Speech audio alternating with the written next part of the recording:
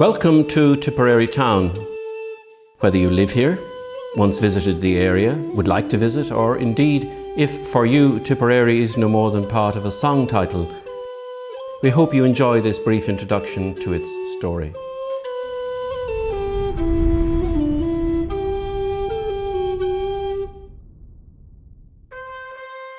Tipperary was and is a market town. Of course, that meant shops, which from early 18th century evidence were usually standalone premises. Tipperary was then more a village than a town.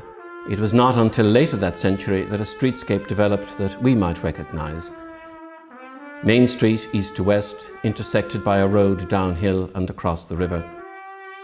Along these lengths of prime development land, houses and shops were erected by speculators and let to enterprising individuals with some capital, usually derived from agriculture. What should the prosperous farmer do but set up his younger son in business in the nearby town?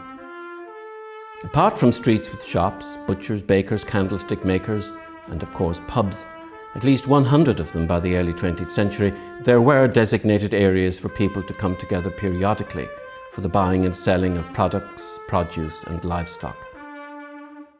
This market yard has been regulated since the 1660s. Also by Royal Charter from 1666, 4 annual fair days were allowed. These monthly fairs were central to the region's economy, as livestock was sold variously in the fair green or on the streets. In the 19th century, tolls had to be paid on livestock and produce sold in the town. Here we see a point where tolls are being collected. All roads from the town would have been similarly manned. Threepence on a cow sold. Today, nothing has changed except the venue, Tipperary Cattle Mart. Towns had fairs and markets, but such was the productivity of Tipperary's cows that the town had the second most important butter market in the entire United Kingdom, after Cork. To this building was brought the butter made on family farms.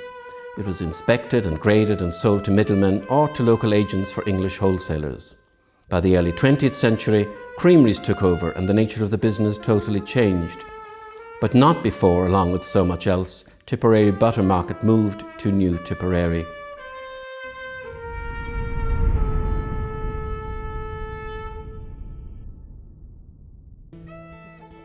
Towards the end of the 1880s, as the fight between landlord and tenants intensified, people in Tipperary town took on their landlord, Arthur Hugh Smith Barry, whose Irish residence was at Fota in Cork.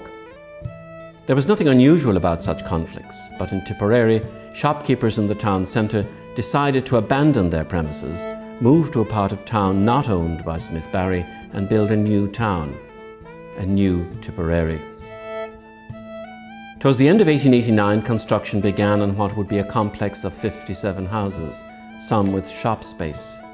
The most substantial row of houses was named in Parnell's honour, until his relationship with a married woman was revealed and the name was changed to Emmett Street. As seen in this photograph showing Dillon Street under construction, this was no small enterprise. It had to be supported with rota labour from surrounding parishes and lots of money from the Irish in America and Australia. We can see from one of these houses, preserved as it was, these were substantial buildings.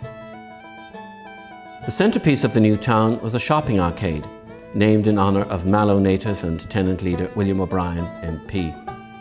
Amid much acclaim, it opened in April 1890. As well as shops, it also housed a temporary butter market.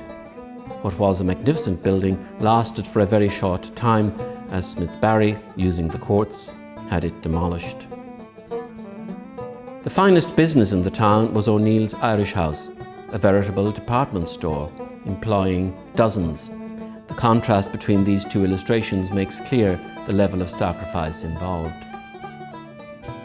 Parnell's disgrace and unexpected death at the age of 45 damaged the tenant's cause. Money dried up and his erstwhile supporters turned on each other, so that in July 1892, following the result of a general election where the Parnellite candidate was defeated, there was something of a riot, with one of the local curates, Father David Humphreys, wielding his umbrella against the enemy.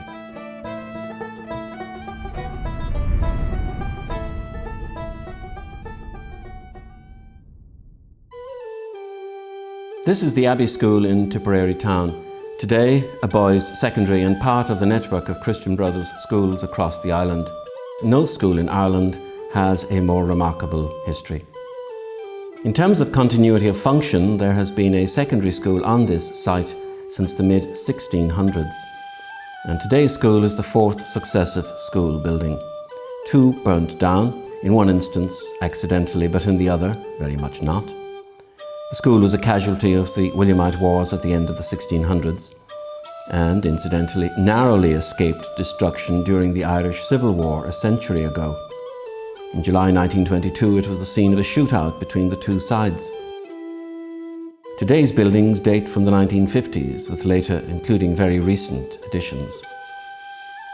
The history of the Abbey School is tied to the story of Erasmus Smith, a rich English merchant who was one of Cromwell's backers and was granted a huge amount of land in Ireland, including thousands of acres in Tipperary. He established an educational charity, 3 schools, one of which was in Tipperary, to provide education for the sons of his tenants. The school was built on the south bank of the River Ara, where until a century or so earlier there had been an Augustinian friary, commonly called an abbey. Into the 1950s, a lone arch remained. In 2006, a replica arch was constructed to remind people of 5.5 centuries of service to the community. Very much part of the story of the Abbey is this man, Father David Humphreys, here seen shadowed by members of the RIC. He spent many years campaigning for Roman Catholic access to Smith's charity, and he lived long enough to see the assets of the charity divided between the two communities. Humphreys died in 1930, and the school is formally named in his honour, but remains the Abbey. This display board remembers the 40 old Abbey boys who lost their lives in the Great War, including the Allen brothers, who lived in Tipperary town at Bank Place. To their loss may be added the death of their father, who died in October 1918. In 2000, President Mary McAleese unveiled a memorial celebrating the diverse history of the Abbey, Tipperary.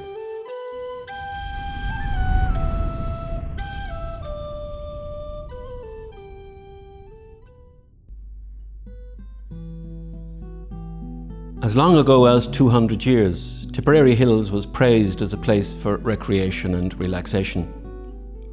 There's nothing unusual about a town park, a formal area of flowers and walks, perhaps with fountain and bandstand. Here, however, an area of hill and hollow, a gift from the Ice Age, is unique. There is nothing of the planned restraint of municipal order, so much a part of your usual town park. Instead, in these historic acres, nature, more or less, has its way. With its magnificent backdrop of Slievnamuck and the Galties to the south, forever changing depending on the quality of the light, the setting of this town park is surely unrivaled. This wonderful facility is in public ownership since 1948, with Clonwilliam FC finding its home here in the following decade. Enthusiasts have been pitching and putting on the challenging course for over 50 years. Contributing to the uniqueness of the park are the historic monuments within its confines.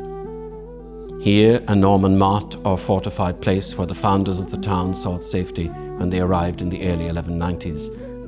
And beside it, a famine graveyard, opened in an obviously unsuitable site at the side of a hill in the desperate circumstances of 1847.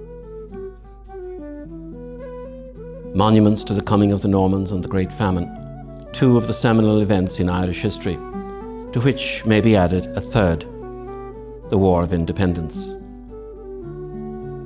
On Friday the 17th of December 1920, Michael Edmonds, member of the IRA, was dragged from his home by a black and tan murder gang and killed. Where his body was found and where he's buried, a short distance from each other, are in Tipperary Hills.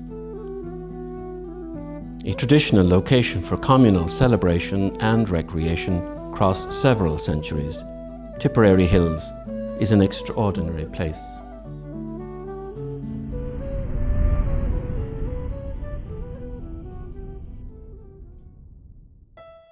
Viewed from a distance, perhaps the most characteristic features of Tipperary's skyline are the steeples, St Mary's, which is Church of Ireland, and St Michael's, which is Roman Catholic. St Mary's was finished in 1832 and is 30 years older than its companion. The St Mary's site is of great antiquity and was the location of several previous churches stretching back before the Reformation. The churchyard is much older than the two other burial places in the town, St John's dating from 1847 and St Michael's dating from 1914. Incidentally, in 1781, the spending of £2 was authorised for the erection of a stocks in the churchyard for the temporary and humiliating confinement of local delinquents. Digging the foundations for St Mary's began on Monday, the 24th of July, 1820, at 8:30 in the morning. That last piece of information is surmise on my part. And because of planning, funding and construction difficulties, not finished until 1832. Inside the church, the most striking element is the east window, showing a nativity scene designed by Archibald John Davies, part of the English Arts and Crafts movement and member of the highly regarded Bromsgrove Guild of Applied Arts. St Mary's churchyard holds generations of Tipperary people. A lot of stories that might be told, but unfortunately a lot of stories long past recovery. The Emmett family is of course remembered, and this place holds the bones of the grandfather and other ancestors of Republican icons Robert and Thomas Ardis Emmett. Maintaining that Republican flame through the 19th and into the 20th century was John O'Leary, Fenian leader and inspirational figure for W.B. Yeats. The O'Leary family plot is here, and while John lies in Glasnevin, his sister Ellen awaits resurrection in St Mary's. Rather less remembered, but some of the faithfully departed of the Sadler family rest here. Of some interest is the family of John Sadler, who, like so many, emigrated when young, in his case to Australia, and joined the colonial police, where he played a role in the capture of another expat Tipperary man, one Ned Kelly. For St Michael's Church also, getting the church built was a slow business. Decades and a great famine coming between the procurement of the site and the consecration in November 1861. Not that the site was especially generous, leaving the building too close to the road. A tightness only relieved when St Michael's Road was constructed in 1876. The building was also constricted skywards, as the building fund was put into the safe hands of another, more famous John Sadler, whose bank dramatically collapsed in 1856. Not only was the spire curtailed, but the building was without a front porch until 1914, when the present extension unfortunately hides the original fine entrance. The most unexpected feature in this church is a stained glass window showing a British Army officer in uniform kneeling in prayer. Major John Callan Marks was a career soldier. At Christmas 1914, his battalion was one of those on the Western Front that observed the legendary Christmas truce. He was killed in July 1916 and is commemorated here and in this fashion because the then parish priest was his wife's uncle. Also of interest is the side altar dedicated to St. Joseph and is the work of James Pearce, an Englishman who moved to Ireland to take advantage of the boom in building churches in the decades after the Great Famine.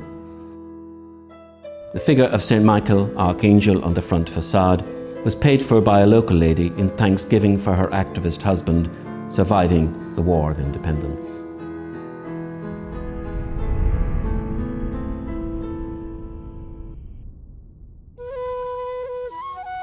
Seen from above, this is the clearest surviving evidence of the British presence in Tipperary. Constructed in the 1870s and very much still standing, this outer wall of the military barracks for half a century enclosed its own little piece of the mainland. Sometimes Yorkshire, other times Warwickshire or Shropshire, depending which British territorial regiment was in Tipperary for its 2 or 3 years rotation. In normal times, the soldiers had little to do with the town. During the Great War, capacity was expanded and thousands of soldiers passed through Tipperary. A long way to Tipperary indeed. Later in the war, Tipperary Barracks was used as a rehabilitation and convalescence centre for wounded men. These well-guarded gates were the main entrance to the barracks, and during the War of Independence witnessed the coming and going of Crossley tenders as they left on patrol, usually with IRA suspects as hostages in the hope of preventing being ambushed. Sometimes patrols returned through these gates with prisoners, not always alive. Shot while trying to escape was the phrase and the excuse. Jim Hickey from Knocknagoshel in Kerry worked in a large drapery establishment in Tipperary and was an officer in one of the Tipperary town companies of the IRA. He was killed on St. Stephen's Day 1920 while a prisoner in Tipperary military barracks. Hickey, along with 26 colleagues from the 4th or Tipperary District Battalion of the 3rd Tipperary Brigade of the IRA, is remembered in this monument, the Republican plot in St. Michael's Cemetery on the outskirts of the town. 82 names in all are recorded, and the greatest tragedy attaching to them is that most were killed during the Civil War. There is no such monument to the 70 or so men killed in the county fighting for the Free State. Elsewhere in this cemetery, funerary monuments are cultural statements. The monument to James MacDonald, one of the 2 RIC members killed at Salahead Beg in January 1919, very much reflects Irish motifs, which was how that force saw itself. This soldier, who was about 17 or 18, was in fact from North Tipperary and was killed during the Thomastown ambush just outside the town. The grave of Private Thomas Crummy is marked by a standard plain slab with his regimental badge, that of the Northamptonshire Regiment. The Conway gravestone, newly erected, marks exile after defeat in the Civil War, but also declares new beginnings in the new world.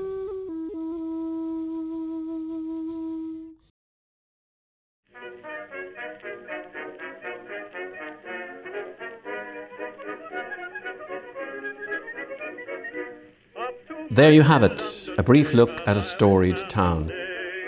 Its name, part of one of the world's most famous song titles linked to the Great War, and a point of reference for Johnny Cash as he explored those 40 shades of green.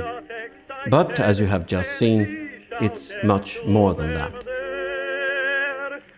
It's a long way to Tipperary, it's a long way to go. It's a long way to Tipperary, to the sweetest girl I know. Goodbye, Piccadilly, farewell, Leicester Square. It's a long, long way to Tipperary, but my heart's right there. It's a long way to Tipperary, it's a long way to go. It's a long way to Tipperary, to the sweetest girl I know. Goodbye, Piccadilly, farewell, Leicester Square. It's a long, long way to Tipperary, but my heart's right there.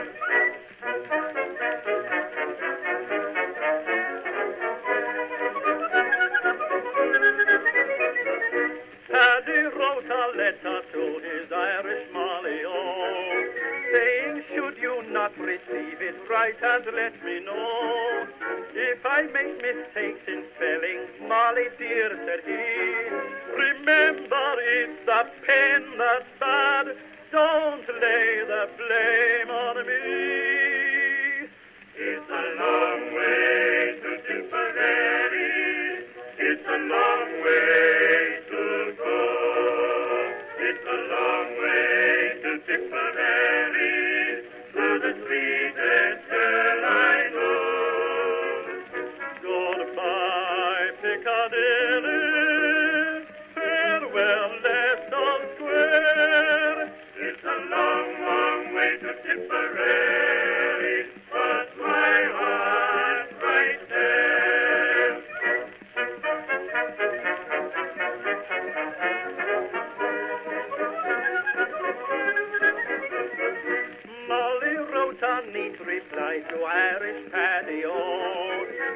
King Mike Maloney wants to marry me, and so leave the Strand and Piccadilly, or you'll be to blame. For love has fairly drove me silly, hoping you're the same. It's a long way to Tipperary, it's a long way to go, it's a long way